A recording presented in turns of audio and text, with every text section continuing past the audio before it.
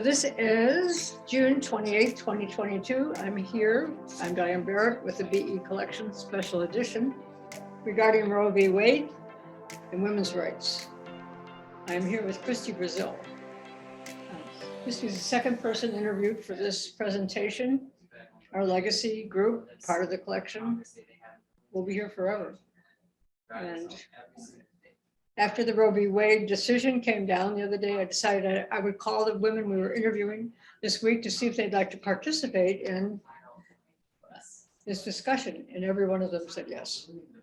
So I welcome you. And thank you for the opportunity, Diane. yeah, thank you for being here. I would have to say that I am just filled with rage and fear and despair. This is just a sad, sad time for our country, I think. Ever since about 1984, every time I have voted, my prime fundamental value on anyone I voted for is whether or not they were pro-choice. If they weren't pro-choice, I didn't care anything else about what their values were. And so this is at the heart of who I am and what I vote for. And I'm just flabbergasted that what I'm calling the white men modern day slaveholders behind this effort in their war on women have now become so desperate to keep their power that part of my fear is that they've empowered a minority of extremists to justify a variety of continued removal of rights and lives by virtue of this decision. I mean, this is just, I think, the tip of the iceberg. I agree, right. And what never gets talked about very much, and I wish was talked about more in the context of the topic of abortion, is that abortion is not intended to be, nor I think used as a birth control method.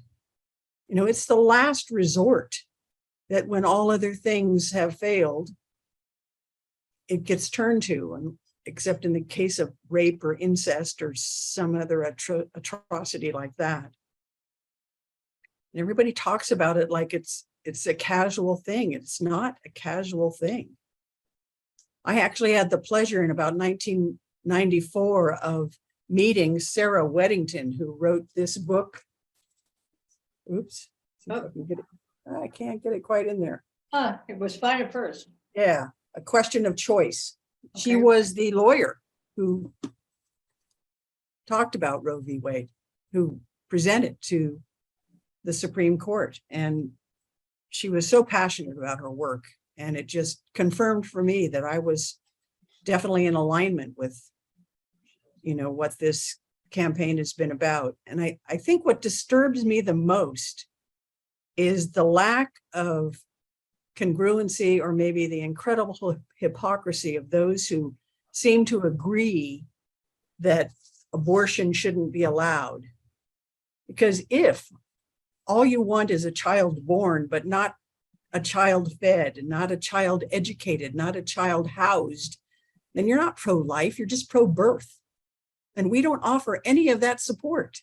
I mean, deadbeat fathers should have been going after, you know, since the beginning of any of this happened, but nobody goes after them. And even worse, you know, a woman can be impregnated only once in about a year, whereas a man can impregnate hundreds. So we're truly going after the wrong group here. We should be, and my cat agrees, we should be requiring all men to have a vasectomy at the age of puberty. And if they want to have children, they have to have a signed application and notarized by a woman that says she's willing. And then you can reverse the vasectomy and then put it back after you're done. I mean, that's essentially what they're saying about women. Right. So maybe we just need to reverse that, because that really is where the problem is. It's not women, it's men that impregnate. I also met Pat Schroeder, or actually I should say I heard her talk at an American Library Association talk in about probably 1995 or so. She was a former congresswoman from Colorado. Extremely articulate. She was a congresswoman for 24 years. She's still alive, living in Portland, Oregon.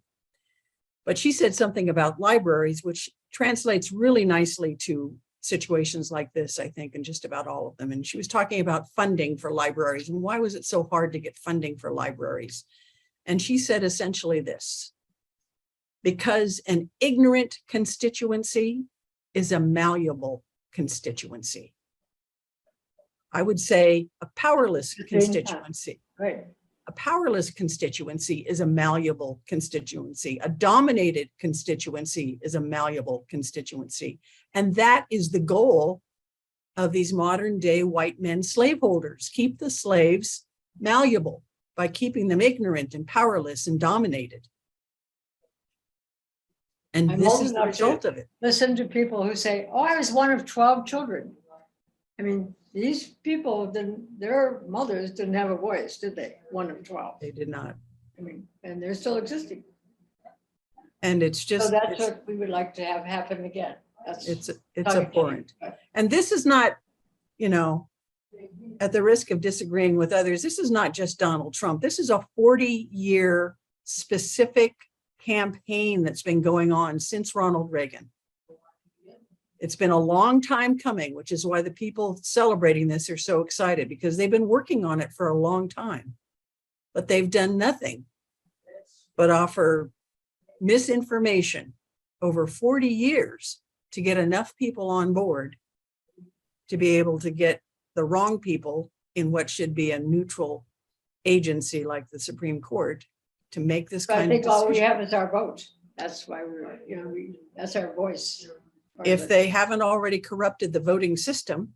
I know, every vote is challenged. And that's the despair that I'm not sure we're going to be able to fix this. I'm not either. For all our activism. I mean, I will continue to send all my money to Emily's List because they support pro-choice candidates up and down the ballot. That's the only place I send my money.